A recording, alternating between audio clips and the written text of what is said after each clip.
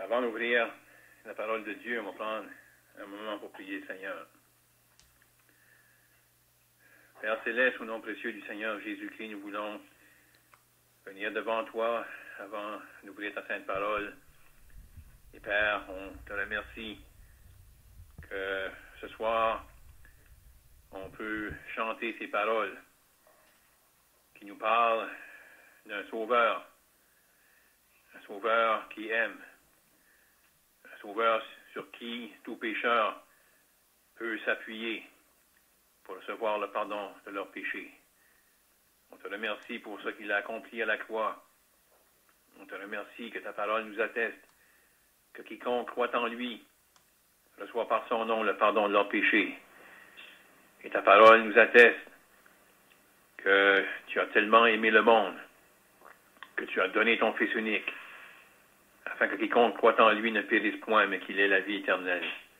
Donc, Père Céleste, on te prie pour cette réunion devant nous, que tu puisses accorder de l'aide dans l'annonce de l'Évangile, que tu puisses bénir ta parole qui va être lue, et que ce soir, Père, on pourrait avoir la joie d'entendre que tu aurais sauvé parmi ceux qui sont avec nous.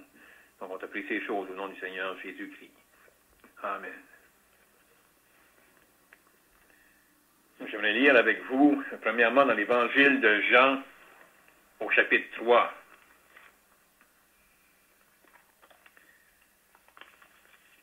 Jean, chapitre 3, et on va lire à partir du verset 14.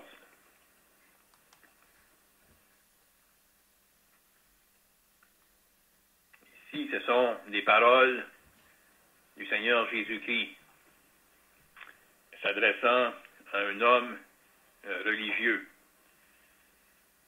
un homme qui connaissait bien la loi de Dieu. Et le Seigneur pouvait lui dire, « Et comme Moïse éleva le serpent dans le désert, il faut de même que le Fils de l'homme soit élevé, afin que quiconque croit en lui ait la vie éternelle. Car Dieu a tant aimé le monde qu'il a donné son Fils unique, afin que quiconque croit en lui ne périsse point, mais qu'il ait la vie éternelle. »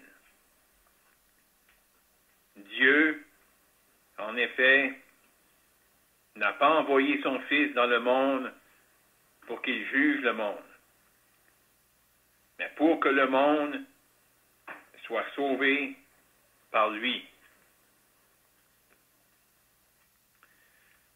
Maintenant, pour notre dernière lecture dans le livre des Actes des Apôtres, au chapitre 17.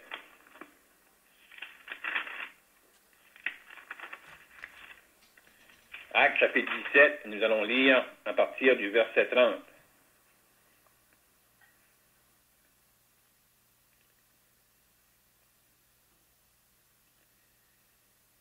Dieu,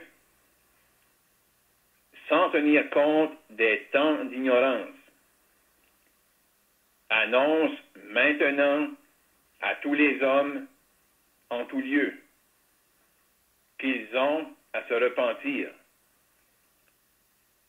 parce qu'il a fixé un jour où il jugera le monde selon la justice, par l'homme qu'il a désigné, selon il a donné à tous une preuve certaine, en le ressuscitant des morts. Dieu va bénir la lecture de ces saintes Écritures. Vraiment, ce qu'on a devant nous ce soir, on veut parler de deux nécessités. On a lu premièrement le Seigneur Jésus prononcer ces paroles comme qu'on a dit à un homme religieux. Il faut que le Fils de l'homme soit élevé. Le Seigneur Jésus prononçait ces paroles en faisant référence à lui-même.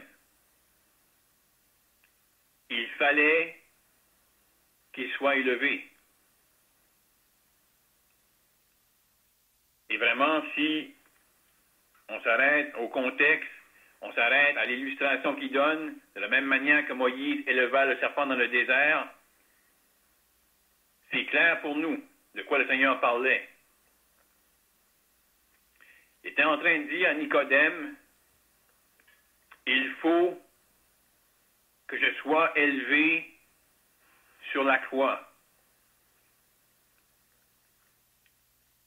Donc, basé sur les paroles du Seigneur Jésus, il y avait une chose qui était nécessaire. Il soit crucifié. Et on va y regarder pourquoi. L'apôtre Paul, en annonçant l'Évangile, pouvait aussi parler d'une autre nécessité. Il faut se repentir. Et en regardant à ces deux passages-là, on va faire référence à deux grandes vérités. Soit que vous allez connaître le Seigneur Jésus comme votre sauveur, ou un jour, vous allez le connaître comme votre juge.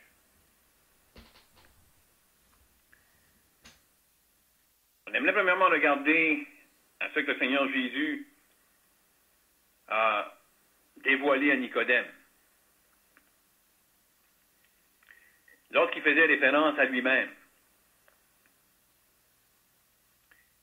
en disant « Il faut que le Fils de l'homme soit élevé ». Il avait fait référence à un événement qui avait pris place parmi le peuple d'Israël. Et si vous ne connaissez pas cette histoire ce soir, on peut vous la résumer en quelques mots. Le peuple avait péché contre Dieu. Ils avaient parlé mal contre Dieu et contre Moïse. Possiblement, voyant pas comme grave leur action, cette action-là envers Dieu et envers Moïse. Mais ils avaient péché contre Dieu. Et vraiment, qu'est-ce qui importait? C'était pas comment grave qu'était à leurs yeux leur action. Mais ils avaient péché contre Dieu.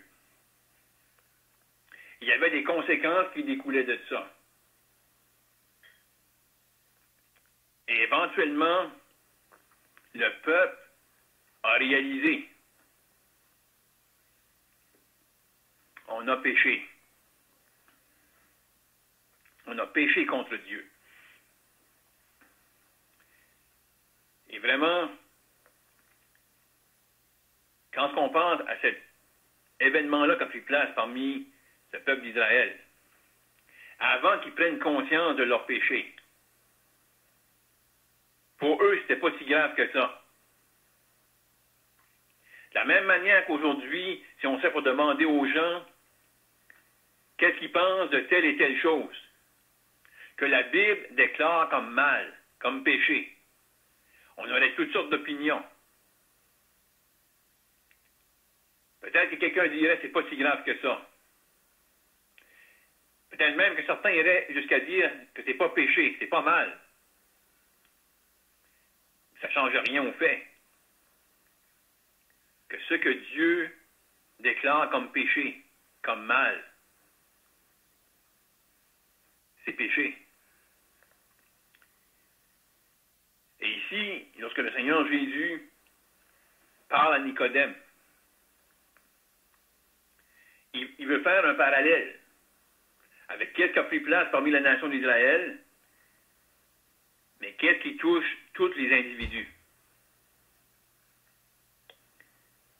Parce qu'il mentionne par la suite, après avoir dit qu'il faut que le Fils de l'homme soit élevé, afin que quiconque croit en lui, afin que n'importe qui va croire en lui ait la vie éternelle. Et par la suite, le Seigneur Jésus va faire référence au monde, car Dieu a tant aimé le monde. Ça inclut les Juifs et les non-Juifs. Ça inclut toutes les races, tous les peuples.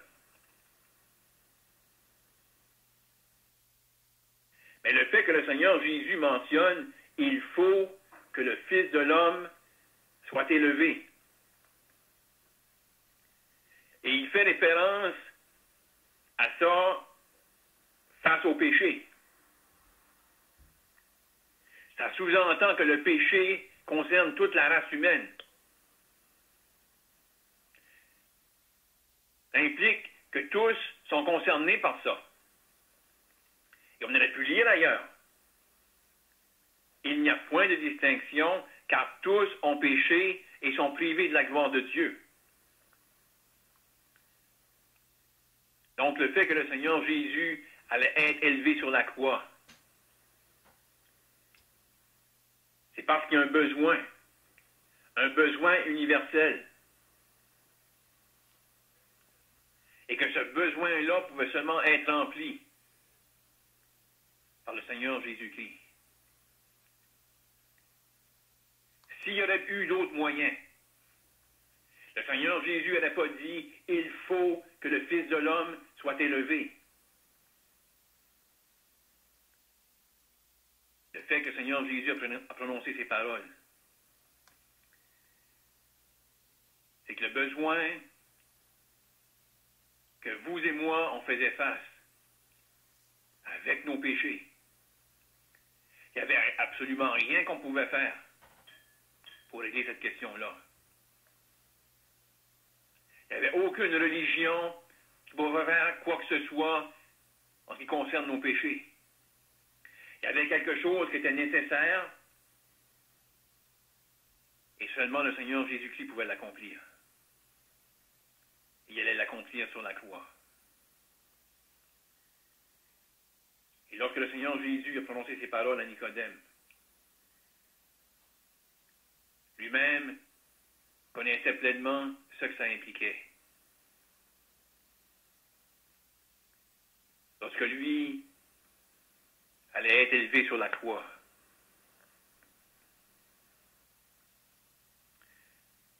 pour que des pécheurs puissent avoir leurs péchés pardonnés. Dieu n'allait pas fermer ses yeux sur le péché. Il y a un jugement qui allait prendre place à la croix du Calvaire en ce qui concerne nos péchés. C'est le Seigneur Jésus-Christ lui-même qui allait subir le jugement. Le jugement qu'a mérité nos péchés. Et lorsque le Seigneur Jésus a prononcé ces merveilleuses paroles, c'était des paroles de grâce, des paroles qui manifestaient l'amour de Dieu et qui manifestaient qu'est-ce que lui allait accomplir à la croix pour que des pécheurs de toute race, des pécheurs qui avaient péché contre Dieu, des pécheurs qui étaient séparés de Dieu, des pécheurs qui faisaient face au jugement de Dieu, puissent, par la foi en lui, recevoir le pardon de leurs péchés. Et le Seigneur Jésus a prononcé ces paroles à Nicodème. Mais il est venu un jour où ce qui avait été dit à Nicodème s'est accompli. Seigneur a été élevé sur la croix. Et le Seigneur a connu le jugement de Dieu à cause de nos péchés. Comme il l'avait annoncé, il est allé là. Il est allé là pour un but, afin que quiconque croit en lui ne périsse point, mais qu'il ait la vie éternelle. Et le Seigneur Jésus, avant d'aller à la croix, pouvait ajouter ces paroles. Dieu, en effet, n'a pas envoyé son Fils dans le monde pour qu'il juge le monde, mais pour que le monde soit sauvé par lui. C'était le but de sa première venue. C'était le but pourquoi il est allé à la croix, afin que le monde soit sauvé par lui. Peut-être que vous avez déjà entendu des gens qui peuvent dire « Je suis sauvé ». C'est basé sur cette vérité-là qu'on a lue ce soir. Dieu n'a pas envoyé son Fils dans le monde pour qu'il juge le monde, mais pour que le monde soit sauvé par lui. Il y a des pécheurs qui, par la grâce de Dieu, ont regardé à la croix. Ont regardé à celui qui a été élevé sur la croix, afin de recevoir par la foi en lui le pardon de leurs péchés. Mais on a lu ensemble comment il y a une autre nécessité. Et qu'est-ce qui fait ce soir qu'il semble avoir peu de gens qui soient sauvés? Bien que tous peuvent être sauvés. Bien que le Fils de l'homme ait été élevé sur la croix, afin que les pécheurs puissent être sauvés. On a lu concernant l'annonce de l'Évangile, le message que l'apôtre Paul a annoncé aux gens d'Athènes. Il y a un message qui s'adressait au monde entier. Dieu, sans tenir compte des temps d'ignorance, annonce maintenant à tous les hommes, en tout lieu, qu'ils ont à se repentir. Dieu ordonne. Dieu fait entendre sa voix au monde entier pour leur dire « Il faut se repentir ». Ce n'est pas une option. Si on veut que la question de nos péchés soit réglée, il faut se repentir. Il faut se mettre d'accord avec Dieu. Il faut qu'on prenne conscience comment graves sont nos péchés. Peut-être jusqu'à aujourd'hui, ton opinion par rapport à tes péchés et pas ce que la Bible déclare. Mais si tu veux être sauvé, et si tu veux éviter un jour de faire face au Seigneur et le rencontrer comme ton juge, il faut aujourd'hui se repentir. Le temps pour se mettre d'accord avec Dieu, le temps pour régler la question de nos péchés, c'est maintenant. C'est aujourd'hui. Parce que vous savez, on a lu à propos de ces deux grandes vérités-là. Le Seigneur élevé sur la croix. Une chose qui était nécessaire pour que les hommes soient sauvés. Pour que toi et moi, on puisse savoir offrir le pardon pour nos péchés. Mais on a aussi lu cette vérité-là, qui nous parle qu'un jour, Seigneur Jésus, le même qui a été élevé sur la croix, le même qui était venu, et le même que le Père avait envoyé dans le monde, non pour qu'il juge le monde, mais pour que le monde soit sauvé par lui. Ça fait référence à ce temps de grâce dans lequel on vit.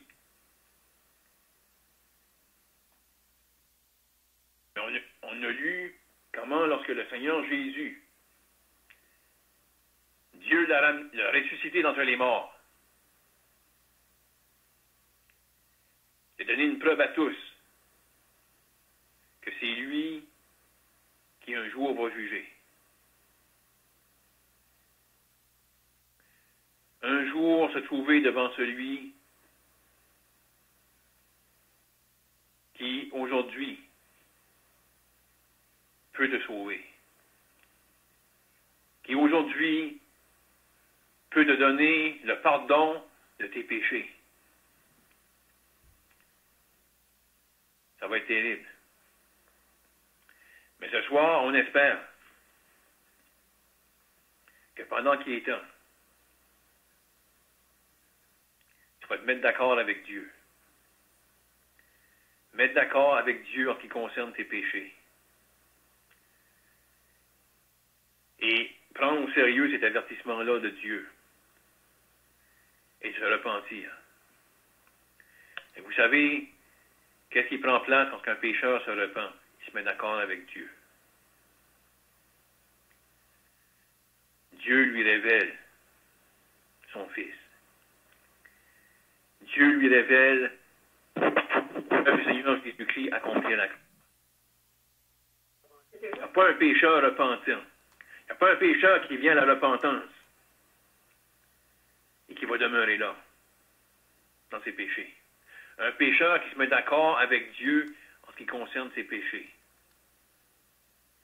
Il va saisir pour lui-même, par la grâce de Dieu, pourquoi le Seigneur Jésus-Christ a été élevé sur la croix. Il a été élevé justement à cause de mes péchés.